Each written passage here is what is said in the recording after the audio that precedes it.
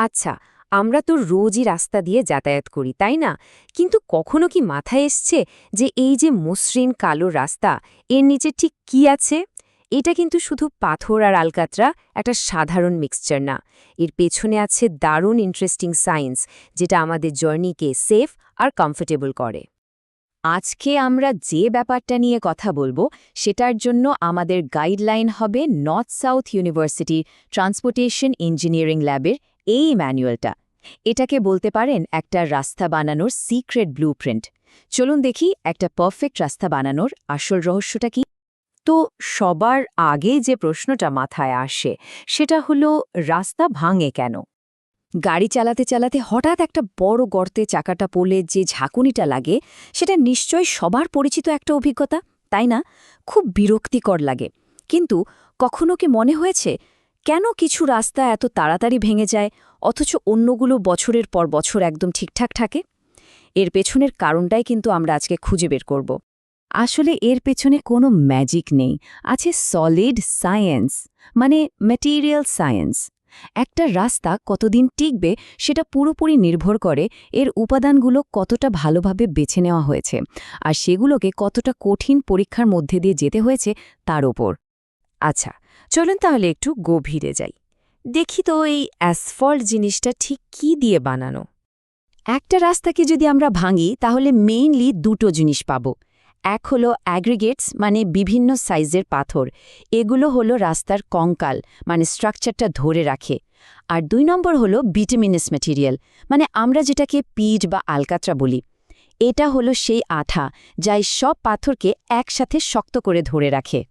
তো রাস্তার কঙ্কাল, মানে এই পাথরগুলো ব্যবহারের আগে কিন্তু একটা কঠিন পরীক্ষার মধ্যে দিয়ে যায়। এটাকে বলতে পারেন পাথরের জন্য একটা বুট ক্যাম্প। এর মধ্যে সবচেয়ে গুরুত্বপূর্ণ একটা টেস্ট হল অ্যাগ্রিগেট ইম্প্যাক্ট ভ্যালু টেস্ট, বা সংক্ষেপে এআইভি। এই টেস্টের কাজটা কি? সহজ ভাষায় বললে এটা মাপে যে একটা পাথর হঠাৎ আসার শক বা ইম্প্যাক্ট কতটা সহ্য করতে পারে। মানে হুট করে একটা বাড়ি দিলে ওটা টিকবে নাকি ভেঙে গুঁড়ো হয়ে যাবে। এই টেস্টটা কিন্তু খুব সিস্টেম্যাটিক। দেখুন, প্রথমে একটা স্যাম্পল নেওয়া হয়, মানে কিছু পাথর। সেগুলোকে একটা স্টিলের কাপে রাখা হয়। তারপর ঠিক ১৪ কেজির একটা হাতুড়ি দিয়ে সেটার ওপর ১৫ বার বাড়ি দেওয়া হয়। এরপর যে ভাঙা টুকরোগুলো পাওয়া যায় সেগুলোকে একটা চালনি দিয়ে চালা হয়। উদ্দেশ্যটা হলো দেখা যে ঠিক কতখানি মিহি গুঁড়ো বা ধুলো তৈরি হলো। আর এই ধুলোর পরিমাণটাই বলে দেয় পাথরটা আসলে কতটা শক্ত।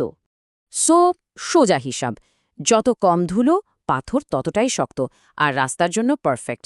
মানে ইম্প্যাক্ট ভ্যালু যত কম হবে রাস্তাটাও তত বেশি দিন টিকবে। কিন্তু ব্যাপারটা শুধু হঠাৎ পাওয়া ধাক্কার না। একটা রাস্তাকে কিন্তু কন্টিনিউয়াসলি অমশন চাপও নিতে হয়, তাই না? এই ম্যানুয়াল বলছে এর জন্য আছে অ্যাগ্রিগেট ক্রাশিং ভ্যালু টেস্ট। এটা মাপে যে পাথরগুলো ধীরে ধীরে আসা বিশাল চাপ কতটা সহ্য করতে পারে। আর সেই চাপের পরিমাণটা কত জানেন? ৪০০ কিলো নিউটন। এটা কিন্তু অসম্ভব একটা ফোর্স। ভাবা যায় রাস্তার ভেতরে পাথরগুলোকে কতটা চাপ সহ্য করার মতো শক্ত হতে হয়। আচ্ছা, পাথরের কথা তো হলো, কিন্তু যে জিনিসটা এই পাথরগুলোকে একসাথে আঠার মতো ধরে রাখছে, মানে বিটুমেন বা পিচ, সেটার কি হবে? হ্যাঁ, ওটাকেও কিন্তু অনেকগুলো কঠিন টেস্ট পাস করতে হয়।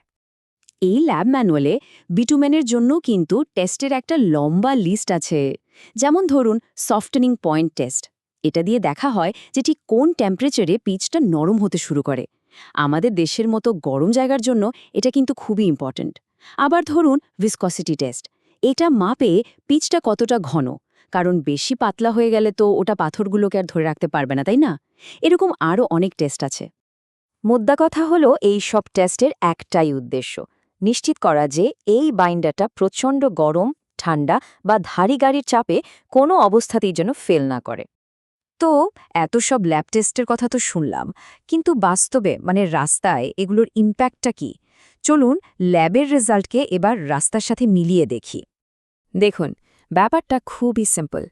যে পাথরের ইম্প্যাক্ট ভ্যালু কম, মানে যেটা খুব শক্ত, সেটা বড় বড় ট্রাকের ঝাঁকুনিতেও ভাঙে না। ফলাফল একটা মসৃণ, লম্বা সময় ধরে চলা রাস্তা।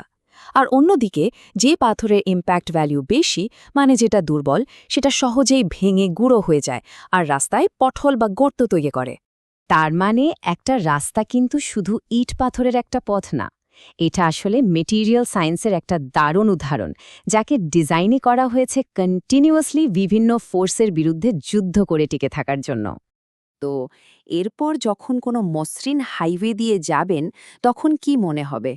এটাকে কি শুধুই একটা রাস্তা মনে হবে, নাকি এর নিচে লুকিয়ে থাকা এই সায়েন্সের কথাটাও একবার মাথায় আসবে?